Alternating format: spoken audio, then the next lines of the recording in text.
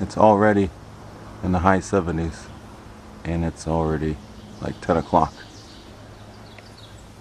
So I took the tarp off the tent.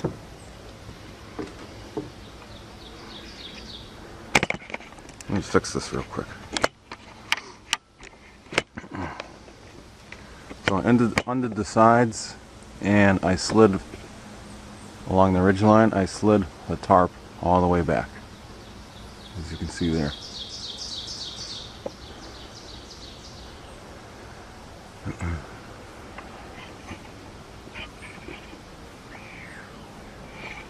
Hold the camera up all the way up there.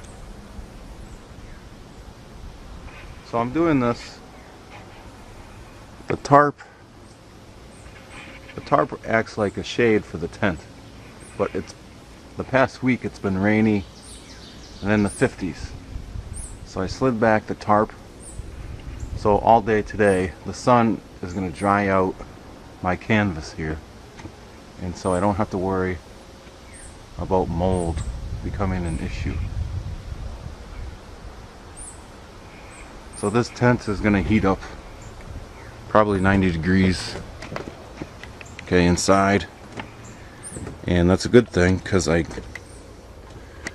got my bath water in here this morning from my spring, and so I'm going to keep that inside the tent, and as the tent heats up the water will heat up, and then later today I can take my sponge bath.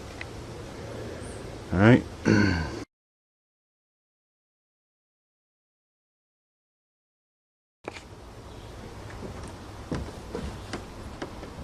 Okay, welcome to the solar power segment of this episode. I wanted to show you guys how I'm generating power for my phone and lighting system and stuff like that. So I'm using solar power, and I showed you guys my little night lights. I'll show you guys again real quick. So on my deck I have these from IKEA, and these are solar powered. Right there is the sensor, and right there this whole section illuminates as soon as it turns dark on its own, which is a good thing. I don't have to, I basically turn it on and forget about it. And these things unscrew, and the light is right in the middle there, and there's the on and off switch. But the great thing about these is in the middle of the night I can come out and take this off and use this as a flashlight when I go outside to pee or do whatever, and then I come back and put it like that. And so I have two of those, one in each corner of my deck, one right there. And also I have right here on the stump, I have another sensor facing south with the wire going up through there, which powers those red lights. These red lights stay on most of the night, really, with a full charge. On a cloudy day they will take a charge, and they last about until 10 o'clock at night. So they, even on a cloudy day, I get enough power to last until bedtime at least. And again, I chose red because red is a nice soft color that won't ruin your night vision. And sorry about the camera shakiness, I keep whacking at mosquitoes. So on to the next solar thing. Okay, on to the next section is how do I recharge my phone. And what I did is I went online and looked at all different companies, and I found Goal Zero, and so far I'm happy with the product. they make all sorts of levels. What I mean is, like, this is the backpacker level of a solar panel. So this is their smallest, and then they make bigger and bigger and bigger ones. And also, well, they have a whole system. They have a panel, different size panels, different size chargers, different size battery packs, like this. So basically, this solar panel will charge this battery pack, which right now has double A's. Open the thing. Right now it has double A's, and I can put triple A batteries in there also.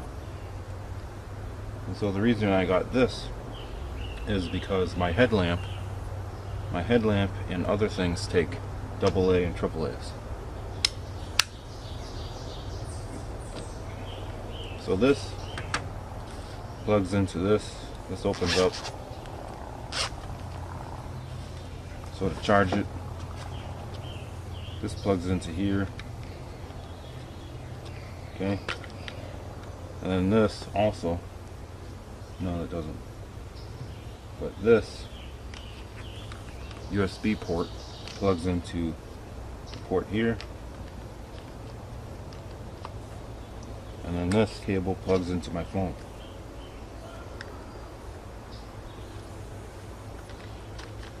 Throw it all in there, zip it up. And then I made this out of wood with a nail on the top to put the loop on.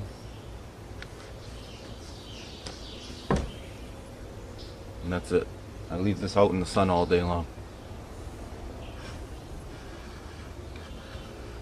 And then I can turn it right there. Right there is south. So I can leave it there all day long and not worry about it. And as I'm back and forth, in the morning I might go like this. And then later on in the day, back for lunch, I'll turn it. And then at night, I'll turn it here. But if I leave it right at south, I can leave it alone all day long. So that is how I'm charging my stuff. Also, they make a boom box, which is also powered by this, or charged. I mean. So this boom box has a power system in it that can charge my cell phone. This can charge my cell phone after I charge this with the solar panel. And so I got an iPod Nano, which is the best thing I ever bought with the amount of driving I do. It took me like 2 days to download or burn all my CDs onto this thing. And now I just carry this thing. So I'm slowly getting into the 21st century. So this also has a USB port or cable. Okay.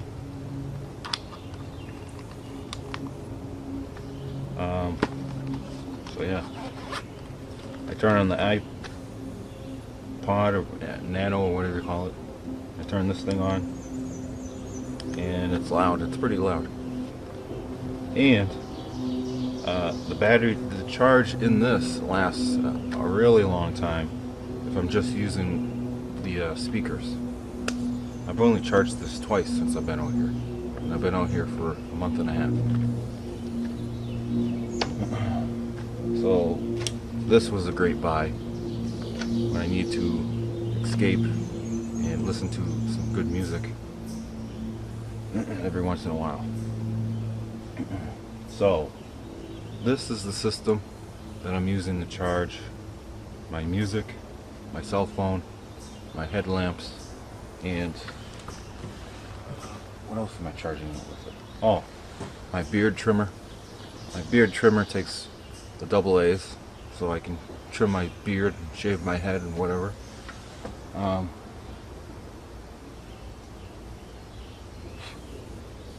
my alarm clock, that takes a triple A, so I can charge that. What else? and anything else that takes AA or AAA batteries. So that's how I'm using that. My friend Colby, he's like a mad scientist, and he knows a lot more about solar and living off the grid. Everything about living off the grid, really. But he knows a lot more about solar and power, and he's gonna help me hook up a bigger system with a battery that charges the battery, so I can actually keep my laptop down here instead of up there. So that's the update with the solar and the power situation. So hopefully Colby can help me get the super duper power generator up soon, so I can do a video on that and show you guys how he designed that.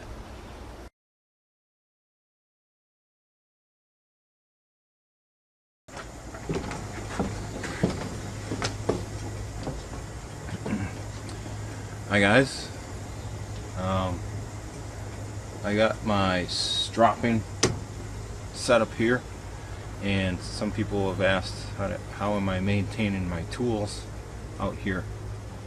And with that, I say that as soon as you get your cutting tools razor sharp, unless you really mess up the edge, all you have to do is strop it every day or every other day, depending on how often you use it, to maintain that edge. So that's what I've been doing. At the most, I'll use a diamond rod. I'll use a diamond rod, and with the edge going away from the edge, I'll strop that a couple times on each side.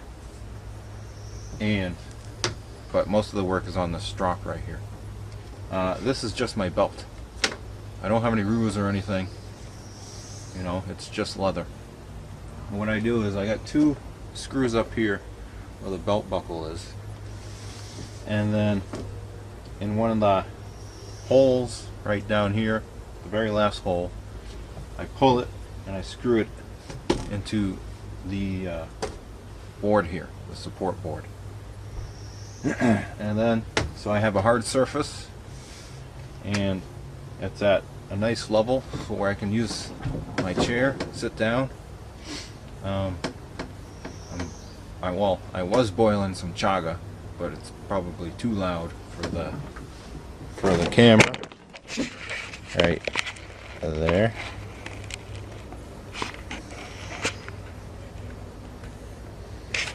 So let me move the camera here, and I'll show you guys what I do.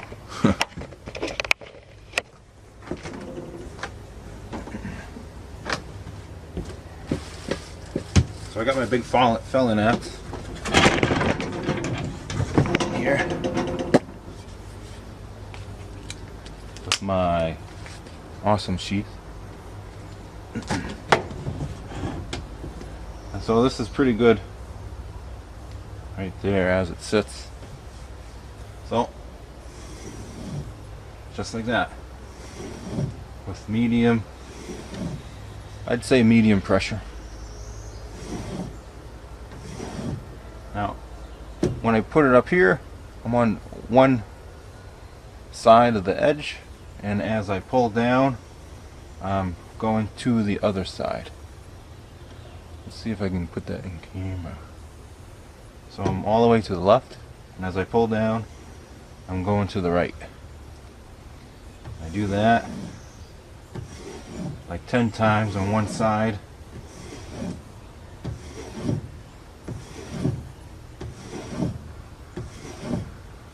I've already lost count because I'm thinking. And I'll flip it over, and I'll do the other side.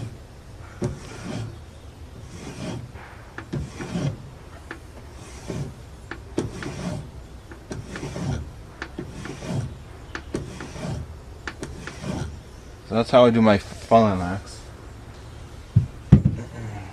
With my everyday axe, Same thing.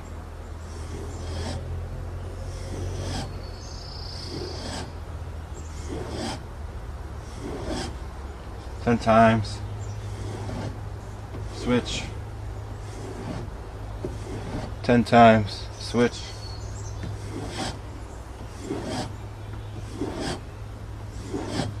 And I'll switch back and forth on the same tool at least 50 times. You need a lot more stropping. You know, as you get finer and finer in materials, you got to do more and more and more strokes or work to the edge.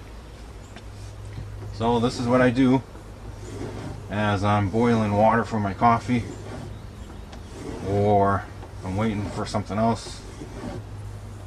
I'm waiting for the laundry to dry or whatever. Mostly I do this when I'm cooking, making chaga tea. And I'll do the same thing with my knife.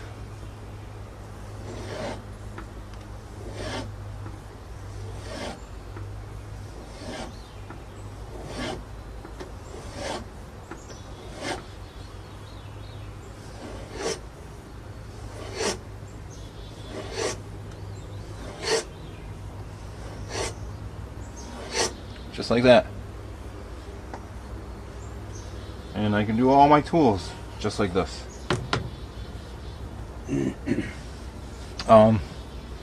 But, you know, you're gonna say, oh, I'm wearing out my belt faster. Well, yeah, but I can make another one. It's pretty thick. You know, it's about 1/4 inch thick of rubber right here. What else? But I just don't have this. Like I said, I have the diamond rod. I have a puck for my axes if I have to do some major medical attention or surgery. And I do have a stone and a diamond stone. But I really don't use them.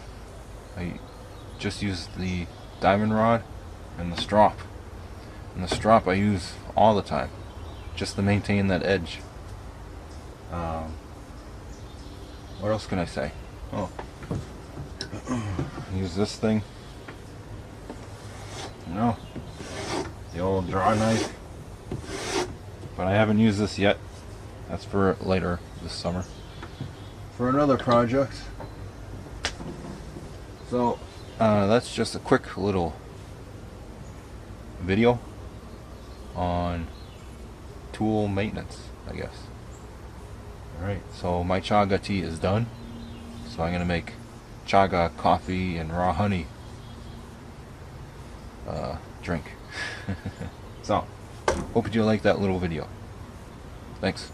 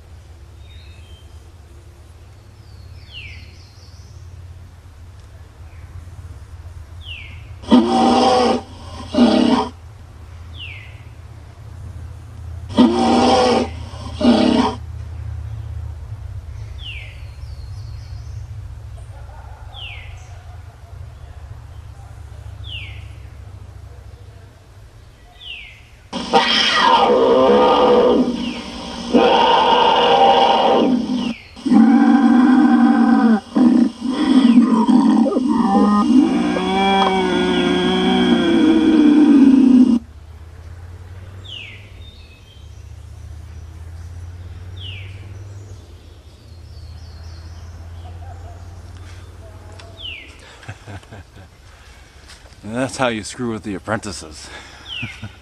My long hair just can't cover up my redneck. I won't live if I